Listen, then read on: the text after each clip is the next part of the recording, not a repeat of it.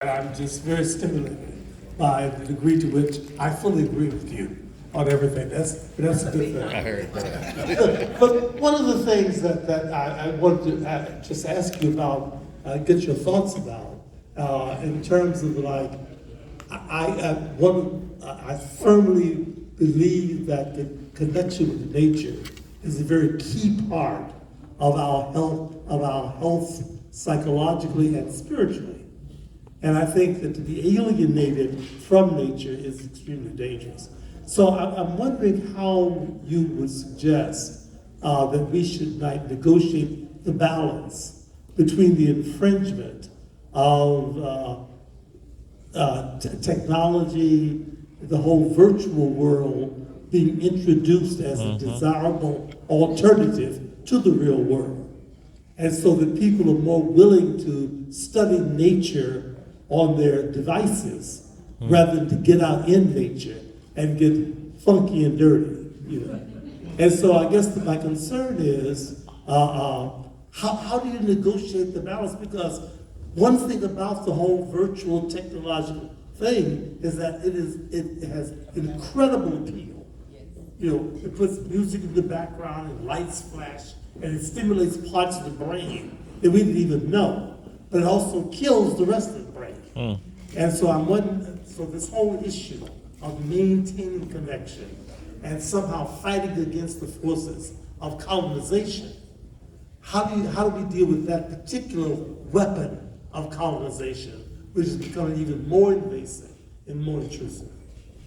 I think that's a really great question, Baba. And I think from my perspective, one of the ways, at least I've dealt with this with my students, is to ask them, how well do their relationships go when all they do is text? So, you know, if you pay attention to what's going on with young people and, you know, what's happening on Twitter and on social media, there are all these conversations about, you know, oh, this person left me on red, oh, this person, you know what I mean? Like there are all these miscommunications happening if somebody uses a period after they type a sentence or not, or if they use all caps or anything. So my question to them has been, how would you evaluate your relationships and your conversations when you only text? They know it's terrible. And so the draw is to be able to draw a contrast between how things go in the virtual world with actual people and how things go when you actually interact with people face to face and have conversations and are able to work through things. I think one of the problems with younger people at this point is that they haven't experienced what we experienced. They haven't experienced a world without the virtual. So our challenge as teachers, educators, and partners in growth is to continually open the door to pull them into face-to-face interactions where they can actually interact with people and get off of the devices, because it's a world that they didn't experience in the way that we experienced it. I think also in terms of, you know, making the real world, the physical world, the material world more appealing and more interesting is to also, outside of showing them how the virtual world creates these obstacles, is to create opportunities where they have the physical world that creates joy, engagement, interaction, things of that nature. So for me, one of those places is dance. And pulling people into the physical body and awareness with each other and what that can do for you psychologically. You know, we think about these things, again, when we're talking about culture, and we think about, oh, you know, African dance is culture or Africana dance is culture, but we don't really think about what the purpose of our dances and our musics were in context. Do we like to dance in the club? Yes. There are reasons why we like to dance at the club, but we don't use our social technologies in the ways that they were given to us by our ancestors for the purposes for which they were given to us.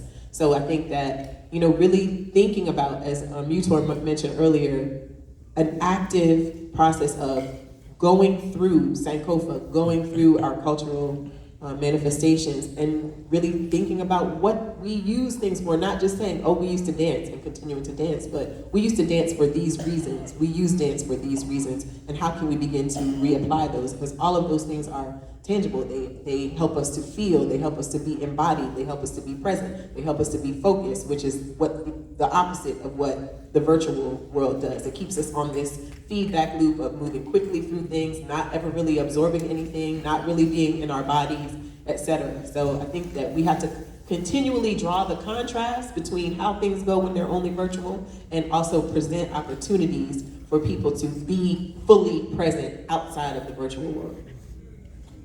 Your presentation impressed me a great deal because this is one of the few discussions on the land question. Very often when people talk about transfer law or about our situation, they talk more, if I put it crudely, the difference between substructure and superstructure. The superstructure, the political order, the culture, the ideas. But the substructure of which Fanon, I think, is brilliant. He was a psychiatrist who was dealing with the superstructure issues, but also substructure in the psychological sense. However, he has put in the region of the earth a great deal of emphasis on the land question as being fundamental, and that the source of alienation and oppression, beginning with exactly what we were talking about in the land question. When your land is alienated or taken away, controlled, you are controlled. There's no room. You cannot be free without having the land issue settled.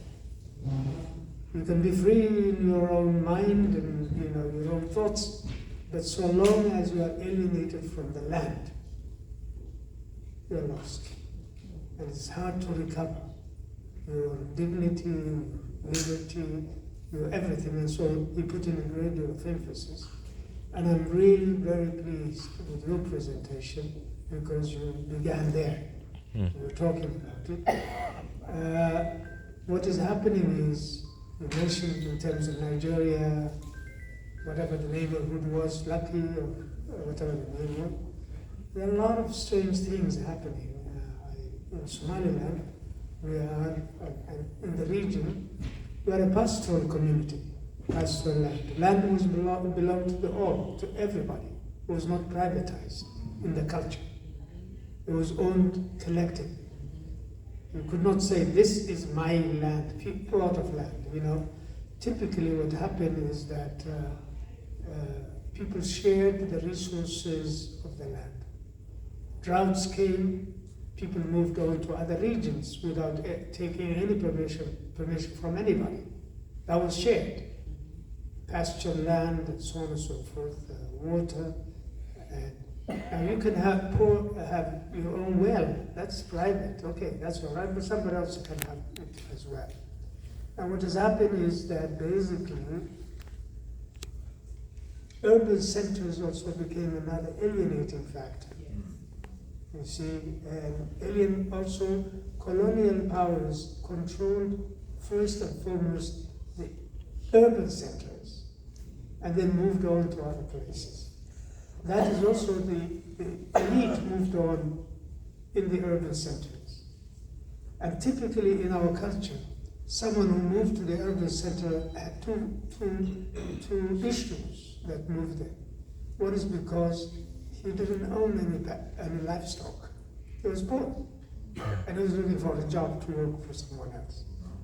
Number two, he committed crime or some shameful thing in his community and finds the city as a place to escape to. It was places of dehumanization, alienation in the first place.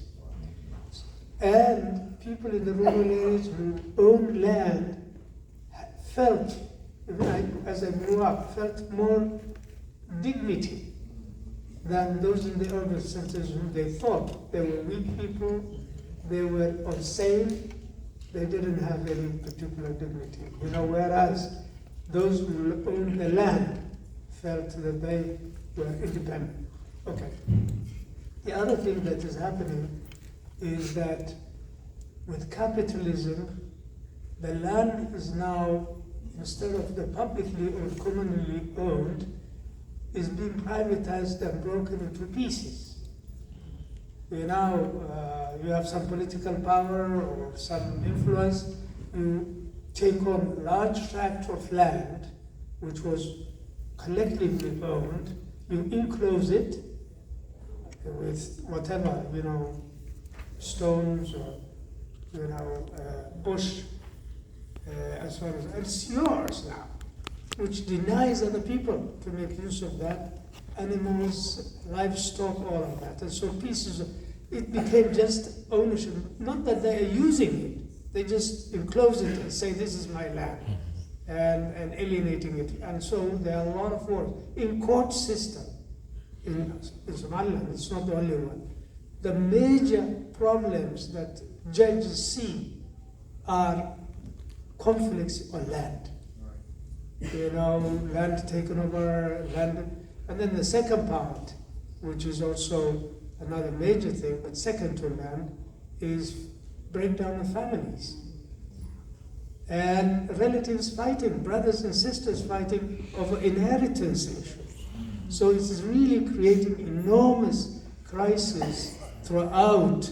And so what I'm suggesting to you then is that here I'm very much impressed with what you talked about children and what we need to be doing, with communities, the various things you talked about.